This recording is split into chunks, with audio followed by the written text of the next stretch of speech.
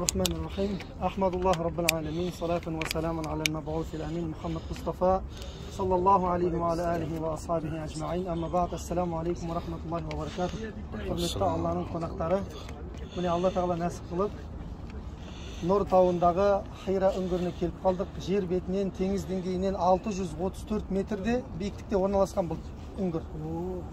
Теңіз деңгейінен 634 метрде орналасқан, қасиетті Меккеден, харамнан шамамен 6 шақырым қашықтықта орналасқан. Алла тағаланың адамзатты тура жолға бастаушы болған ең ұлы мұғжизасы, пайғамбар саллаллаху алейхи уассаламның пайғамбарлығының ең ұлы мұғжизасы, Құран кәрімнің жер бетіндегі ең алғашқы түскен аяттары түскен жер осы Хира үңгірі, Нұр тауы. Атының өзі қандай керемет, Нұр тауы дейді. Бұны бір деректерде Джабалул Ислам деп айтады, Ислам тауы деп аталады бұл кейбір деректерде.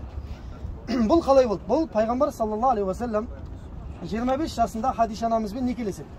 Олардың некесінен 6 перзент дүниеге келеді. Одан кейін пайғамбар саллаллаху алейхи уассалам ол кісімен 12 жыл отасқаннан кейін 37 жасқа толған кезде пайғамбар саллаллаху алейхи уассалам бір түстерді көре бастайды. Сол көрген түсін таңертең тура соң болып жатқандығын көреді. Яғни таңның шапағындай анық түстердің болып жатқандығын көреді пайғамбар саллаллаху алейхи уассалам. Және сол 37 жасқа толып 37-ден 38-ге қарай беттеген кезінде пайғамбар саллаллаху алейхи уассалам өзі оқшауланғанды жақсы көреді. Меккеден шығып кетеді. Меккеде ана көз алдында көрініп тұр Мекке. Меккеден шығып кетеді. Меккедегі адамдардың қағбаны тыр жалаңаш айналып жатқандары, пұттарға арнап, Меккенің қағбаның жанында 360 пұт болған. Солардың барлығына арнап құрбандық шалатын болған меккеліктер. Және Аллаға серік қосатын қандай амалдар бар? Палшыға бару, балгерге бару, құмалақшыға бару, жебе тастау, бүкіл Аллаға серік қосудың батпағына батқан халықтың барлығын көреді. Арақ, зина, ойнастық, неше түрлі нәрсені көреді. Кішкентай Мекке алақандай. Соның барлығын көреді. Пайғамбар саллаллаху алейхи уассалам ол фитратына, табиғатына сай келмейді. Сөйтіп осы жаққа қарай келіп оқшауланғанды жақсы көреді. Келіп отырып, мынадай кішкентай ғана жердің бір шетіндегі Мекке. Қараңыздар, кішкентай ана алақанға да сыймайды ана қарасақ. Ол кезде бұндай болмаған, ол кішкентай болған. Сол кішкентай Мекке осындай былыққа толып жатқан болса, әлем не болып жатыр екен деген нәрсе келеді адамға. Дұрыс па? Кішкентай Мекке бұзылған болса, әлем не болып жатыр? Әлем ол кезде екі-ақ империядан тұрады. Біреу Парсы, екіншісі Рим империясы. Ар жақта түріктер бар біздің аталарымыз. Кімдер? Римдіктер. Олар мына қыздың, әйел адамның мәһір дейді ғой. Жаңағы құны қалың малы қымбат болғандықтан бұлар көп үйленбейді екен Рим империясындағылар. Тек қана ойнастықпен айналысады екен. Және хайуандармен де не қылады екен? Келді-кетті жасап тұрады екен хайуандармен. Оны сол жерде өмір сүрген сахаба айтады, Сухайб ибн Синан деген кісі айтады. Мен Рим империясындағы адамдардың істеп жатқан азғындығынан ойлайтын едім, Құдай төбемізден тас-таста жіберер ме деп дейді. Сондай азғын болып кеткен. Дін жоқ. Сонда өзі ішінен ойлайды екен, Құдай мына азаптан төбемнен тас-таста жібермей екен деп қорқып жүреді екен Рим империясында құлдықта жүрген кезінде. Кейін қашып келіп Меккеде исламды қабылдайды. Сухайб ибн Синан ар-Руми деген сахаба. Пайғамбар саллаллаху алейхи айтады, кім-де-кім Аллаға және ақырет күніне иман келтірсе, Сухайб ибн Синанды жақсы көрсін дейді пайғамбар саллаллаху алейхи. Ал оны ешкім танымайды дейсіз ғой Сухайб ибн Синан. Жақсы. Міне бұл Рим империясындағы болып жатқан жағдай. Ал Парсы империясында Яздажурт деген мәлік патша болған. Ол өзінің қарындасын, қыздарын некесіне алып, солармен болғаннан кейін шетінен өлтіріп тастайтын болған. Парсы империясының патшалары. Өзінің қарындасын некесіне алады, өлтіріп тастайды, қызын некесіне алады, өлтіріп тастайды. Осылайша жердің беті азғындыққа душар болды. Тіпті Парсы патшаларына кірген әрбір елші басындағы сәлделерін аузына тығып қояды да сәждеде жатады екен. Император тұр деп айтқанға дейін. Яғни бұл адамға құл болу бар екен сол кезде, көрдіңіздер ме? Алла қалды бір жақта, Құдай қалды, адамзаттың барлығы бұзылды. Кішкентай Меккенадай болып жатқанда жердің беті туралы ойлау мүлдем не қиын нәрсе. Міне сол пайғамбар саллаллаху алейхи уассалам 38-ге толды, 39-ға толды, 40-ға толды, 2,5-3 жыл өтті. Хадиша анамыздың жасы 55-тен асып кетті. 50-55-тен асып кетті Хадиша анамыздың жасы. Сонда Хадиша анамыз күніне бір рет немесе 2 рет пайғамбар саллаллаху алейхи уассалам ана Хира үңгірінде отырған кезінде тамақ алып келеді екен.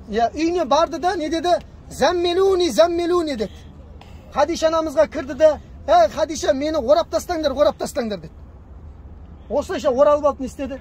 Жатты. Қорқып кетті. Қорқыныштан жатты. Міне бұл аяттың түсуімен пайғамбар саллаллаху алейхи уассаламға пайғамбарлық міндет жүктелді. Елшілік міндет жүктелген жоқ әлі. Пайғамбарлық міндет жүктелді. Алла тағала ақырғы заманның пайғамбарын таңдады, болды. Әлі елшілік міндет жүктелген жоқ пайғамбар саллаллаху алейхи уассалам. Осылайша қорқып дірілдеп жатқан кезде Хадиша анамыз не істеді? Жындысың ба? Не істеп жүрсің тауда? Анау мынау дейді. Жоқ, кемел әйел, көрдіңіз ба? Кемел әйел ора деді, орап тастады.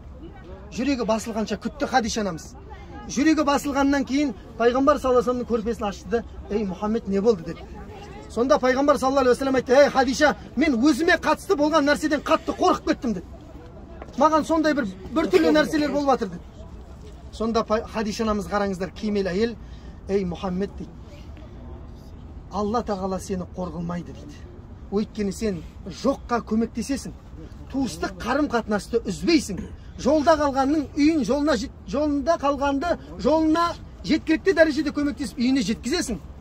Ағайынға ал берді келді жасайсың, және қонақты керемет қылып күтесің" деді пайғамбар саллаллаху алейхи уассалам. Алла сені қорғылмайды. Керемет қасиеттер көрдіңіздер ма? Қазір бар ма біздің бойда? Жоқ, қонақ келсе қабағын шытып отырады қазір келіндер. Бір енелер үйге қонақ шақыруға қорқып қалдық қазір дейді. Келініміздің қабағына қарап отырамыз дейді. Көрдіңіз ба? Қазақ не дейді? Тамақ берме, қабақ бер дейді. Сондықтан сенің тамағың тәтті болмай қойсын, қабағың керемет болатын болса, үйіңнен қонақ арылмайды. Үйіңнен қонақ арылмаса, үйіңнен береке кетпейді. Шекең тырысып отырса, кім келеді үйіңе? Тасташ дейді. Осының үйіне барғың келмейді мен дейді. Хадиша анамыз көрдіңіз ба қандай әйел? Сондай әйел ғана жәннаттық болады, көрдіңіздер ма? Сондай. Сондықтан пайғамбар саллаллаху алейхи уассалам айтты: "4 әйелді Алла тағала әлемдерге таңдады, жәннаттық қылды" деді. Соның ең біріншісі Мариям анамыз деді. Екіншісі Асия анамыз деді, Фирғауынның әйелі. Үшіншісі менің әйелім Хадиша, төртіншісі менің қызым Фатима деді. Бұл төртеуі де ең ұлы амалдарды жасаған әйел адамдар екен. Көрдіңіздер ма Хадиша анамыздың қандай кемел деген атқа лайық болғандығын? Сөйтті де пайғамбар саллаллаху алейхи уассалам жүрегі басылғаннан кейін қолынан жетектеді де: "Ей Мұхаммед, жүрші, көкемізге барып қайтайық" деді. Көкесі кім? Көкесі Уарақа ибн Науфал. Ол кезде соқыр болып қалған. Бұл кісі Таурат пен Забур, Інжілді оқитын кісі болған. Шам жеріне барып, ерінбей Таурат пен Забурды оқып келген, христиан дінін ұстанатын Меккедегі жалғыз бірден бір білімді адамдардың біреуі осы екен. Сөйтсе бұл қартайып қалшылдап қалған шал Хадиша анамыз келіп: "Ей көкем" дейді. Хадиша анамыздың көкесі Уарақа ибн Науфал. "Көкем, мына менің күйеуім бірдеңе айтқысы келіп тұр, тыңдашы" дейді. Пайғамбар саллаллаху алейхи уассалам өзімен қатысты болған нәрсенің барлығын айтып берді. Көрген түсін, бұл түс пайғамбарлықтың 46-дан бір бөлігі. Пайғамбарлықтың 46-дан бір бөлігі түс болады. Түсін айтты, болғанын айтты, отырғанын айтты, ойланғанын айтты, мұғжизасын айтты, аяттың түскен барлығын айтқан кезде Уарақа ибн Науфал не деді? "Ей Мұхаммед, саған келген, Мұсаға келген намус қой" деді. Намус қой деді. Бұл ілгерідегі Таурат, Забур, Інжілде бұл Жабраил алейхиссаламның аты намус болған екен. Намус деген сыр сандықтың иесі деген. Алла білдірген білімдердің, ілімдердің иесі, бүкіл пайғамбарлардың арасын жалғаған намус қой, ей Мұхаммед деп айтты дейді. Демек сен Алла тағала таңдаған ақырғы заманның пайғамбары екенсің дейді. Бұл ілгерідегі кітаптарда келген дейді. Ілгерідегі кітаптарда келген бұл. Тауратта, Забурда келген. Яхудилер пайғамбар саллаллаху алейхи уассаламды көрген кезде танитын болған. Көрген кезде пайғамбар саллаллаху алейхи танитын болған. Мынау Мұхаммед деп айтатын, бірақ бұған біз иман келтірмейміз. Өлгенше қасарысып өтеміз, өйткені бұл араптан шықты деп айтқан. Яхудиден шығады деп ойлаған олар. Жоқ, Алла тағала не дейді Құран кәрімде? Аллаху а'ламу хайсу яджалу рисалата. Алла тағала өзі біледі пайғамбарды қаяқтан шығаратын болса да. Неге қазақтан шықпады деген қазір әңгімелер бар ғой. Неге түріктен шықпады, неге орыстан шықпады деген. Жоқ, Алла тағала өзі қалай қалайды, солай шығарады сол жерден. Біздің міндет Алланың ісіне араласу емес. Біздің міндет Алла жіберген нәрселердің барлығына иман келтіру болды. Алланың шаруасына біз араласа алмаймыз.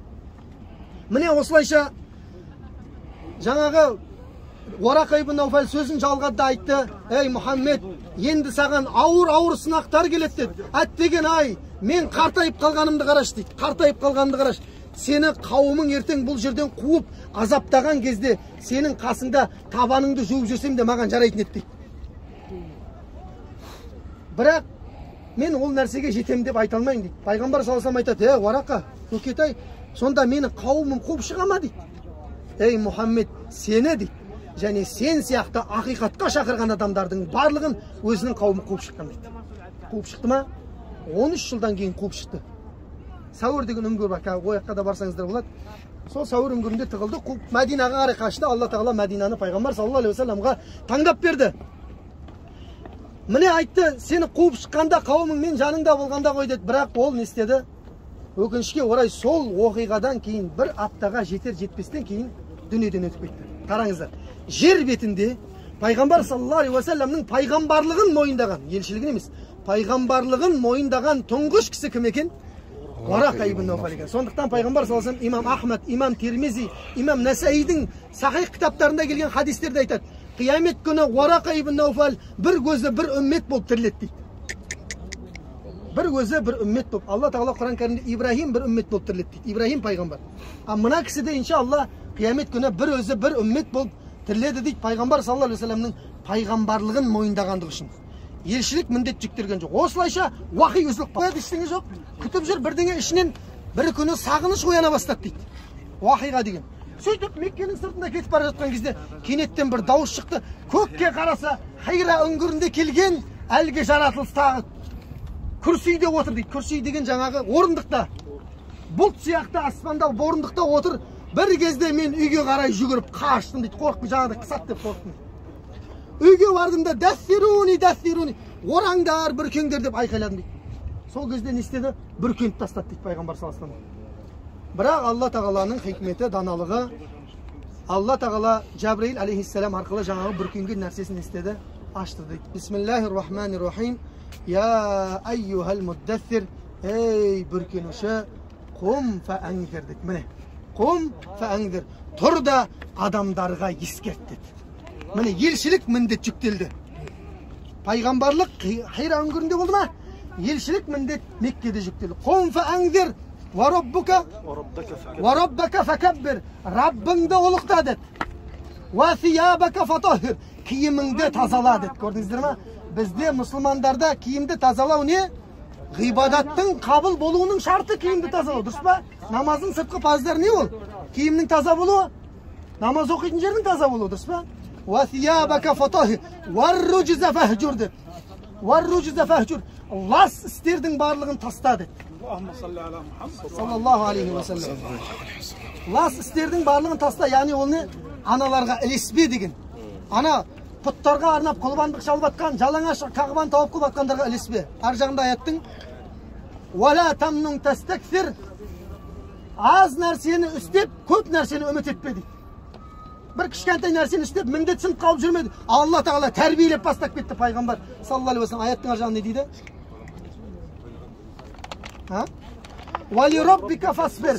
Енді саған, ей Мұхаммед, үлкен ауыр, жаңа Уарақа ибн Науфал айтқан сынақтар басты.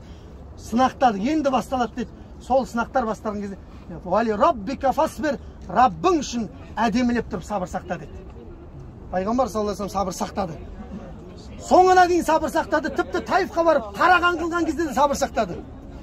Соңына дейін шығып кетті пайғамбар саллаллаху алейхи уассалам. Мединаға шығып кетті. Пайғамбарлық біткенге дейін сабыр сақтады. Пайғамбар саллаллаху алейхи вассалам Алла тағала істе деген нәрсенің барлығын істеді. Ешбір нәрсесінен істеген жоқ, қарсы келген жоқ. Міне осы жерден иншалла тоқтатайық. Осы жерге қатысты болған, я? Ашхаду ан ла илаха илля анта, астағфирука. Жақсылап дұға жасап жүрсек, шынырыға. Дұға жасайық. Қаласастар! Жедар.